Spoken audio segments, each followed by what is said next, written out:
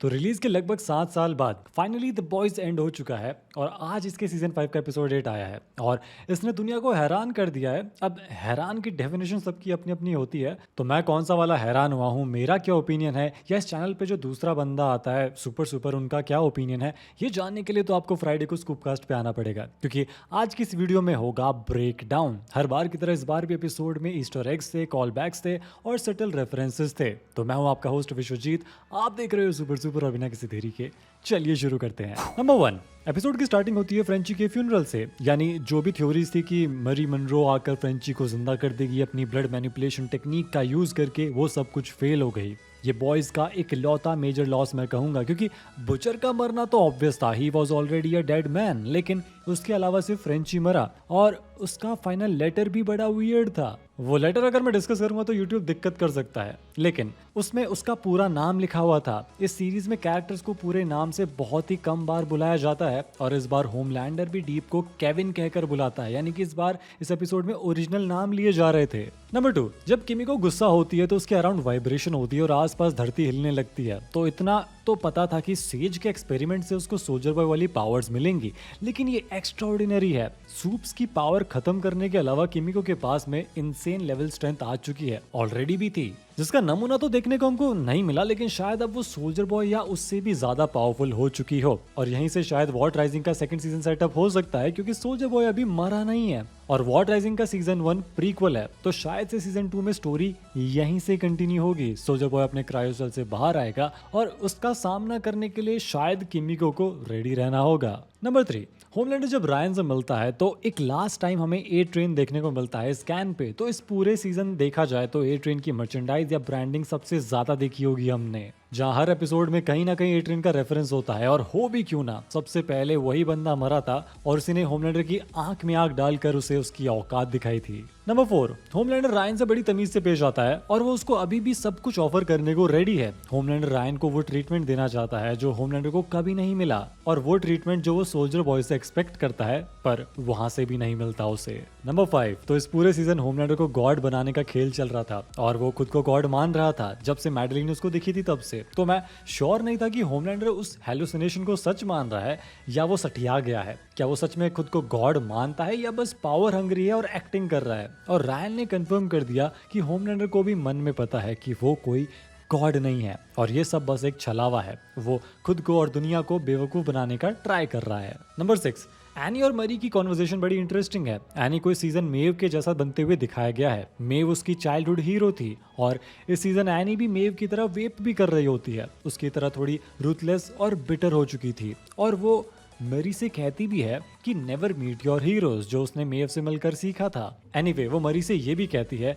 कि it's not about to winning, और यहीं से फिनाले का आइडिया लग गया था कि कैसे एंड होने वाला है। ये लोग जीतने के लिए नहीं बल्कि सर्वाइवल के लिए लड़ रहे हैं, क्योंकि जीतने जैसा शायद यहाँ कुछ है नहीं। ये लड़ाई सालों साल चलती रहेगी। यहाँ पर सिर्फ और सिर्फ एक ही बंदा था जो जीतने के लिए लड़ रहा था और वो था बुचर। नंबर 7, एशली और ओ फादर का तगड़ा वाला पहले से सेटअप हो रखा था और मुझे लगा कि ये भी इनका एक न्यू खिलौना होगा, लेकिन यही एशली का रियल प्लान था। एशली खुद ओ फादर को मारने वाली थी, लेकिन एशली एक और कंडीशन भी लेकर चल रही थी। वो ओ फादर को होमलैंडर के अगेंस्ट करना चाहती थी ताकि एशली को मारने वाली टेंशन भी ना लेनी पड़े और ओ फादर ऐसे ही मर जाए। पर उसने ये सेटअप भी बना रखा था जिसको एमएम बाद में यूज करता है ओ फादर को मारने के लिए। नंबर 8, बुचर, किमिको और बाकी लोगों ने मिलकर जो ग्रेव बनाई थी फ्रेंची की, वो काफी ज्यादा सिमिलर लगती है लोगन की ग्रेव से जो हमने फिल्म लोगन में देखी थी। इवन जो इन्वायरमेंट है वो भी काफी हद तक सिमिलर है और ये शो जाना जाता है दुनिया भर के कंटेंट को रेफर करने के लिए, और फ्रेंची की ग्रेव वही रेफर कर रही है। और फ्रेंची मरा भी कुछ वैसे ही था जैसे लोगन मरता है X-23 के हाथों में।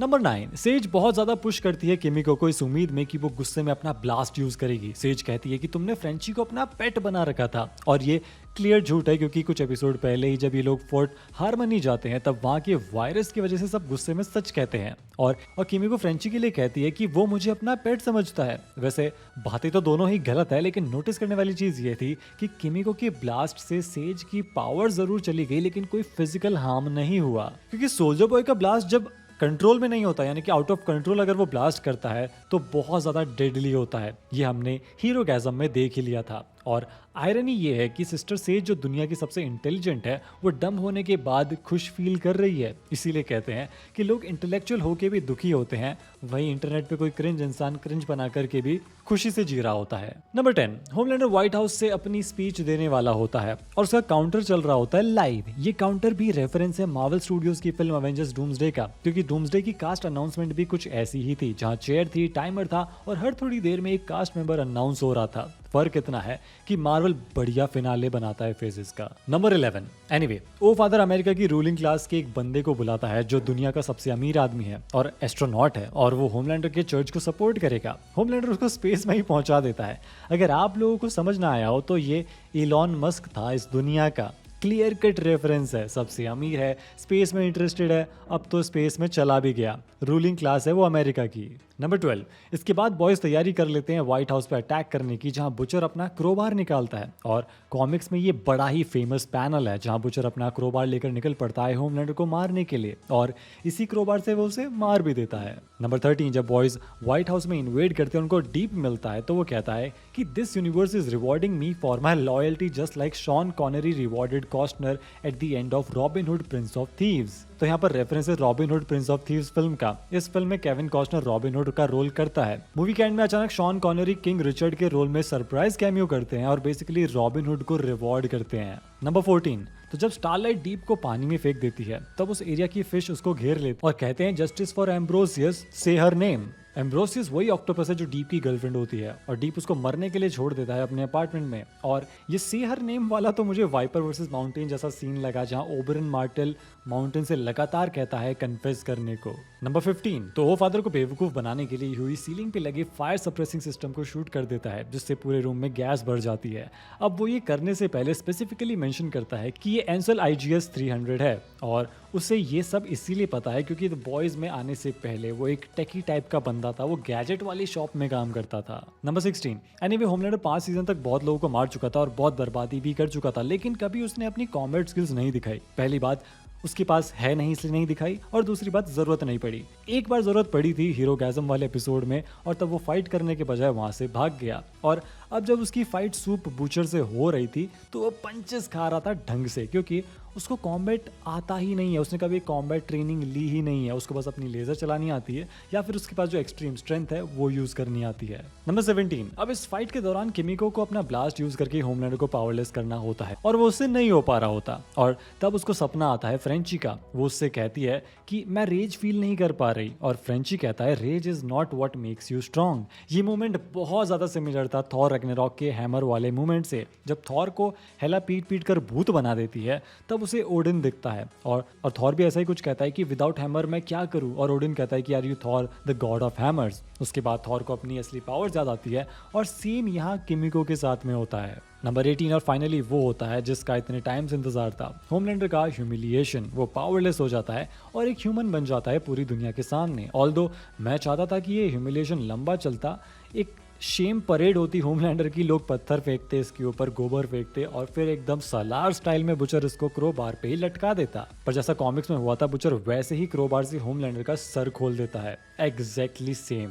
नंबर 19, एनीवे ये सब होने के बाद में सबकी पावर जा चुकी है किमिको के अलावा। रायन बुचर दोनों पावरलेस है, और रायन अब बिल्ली के साथ नहीं रहना चाहता, और ये जस्टिफाइड भी है। बुचर रायन को भी यूज ही कर रहा था, और लगे हाथ इस सीरीज की सबसे सैड डेथ देखने को मिलती है, टेरर की। और यहीं से बुचर का विलन आर्क बिल्कुल ट्रांसपेरेंट सा हो जाता है। उसके पास अब खोने को कुछ नहीं बचा और रखने को भी कुछ नहीं बचा। बेका, मेलरी, फ्रेंची, रायन, टेरर कोई इसके साथ में नहीं है, तो वो निकल पड़ता है वायरस लेकर सारे सूप्स को खत्म करने, क्योंकि उसका मानना है कि होमलैंडर मरा तो दूसरा पैदा हो जाएगा। जब तक वॉट है, वही ह्यूगी और बाकी लोग पॉलिटिकली करेक्ट वे में सोचते हैं, जो क्राइम करेगा उसको सजा देंगे, इनोसेंट्स को नहीं। नंबर 20, तो सभी मूवीज का रेफरेंस था, तो एरिक क्रिप्की ने पठान का रेफरेंस भी डाल ही दिया। जैसे पठान में जिम बॉम्ब के रिमोट को छाती पे लगा लेता है और बता देता है कि इससे बॉम्ब फटेगा और कितनी देर में फटेगा, क्या करना पड़ेगा। वैसे यहाँ बुचर भी वो ट्रिगर दिखा देता है और बता देता है ह्यूई को कि उसका एक्चुअल प्लान क्या है। नहीं बताता तो ह्यूई कभी फिगर आउट नहीं कर पाता,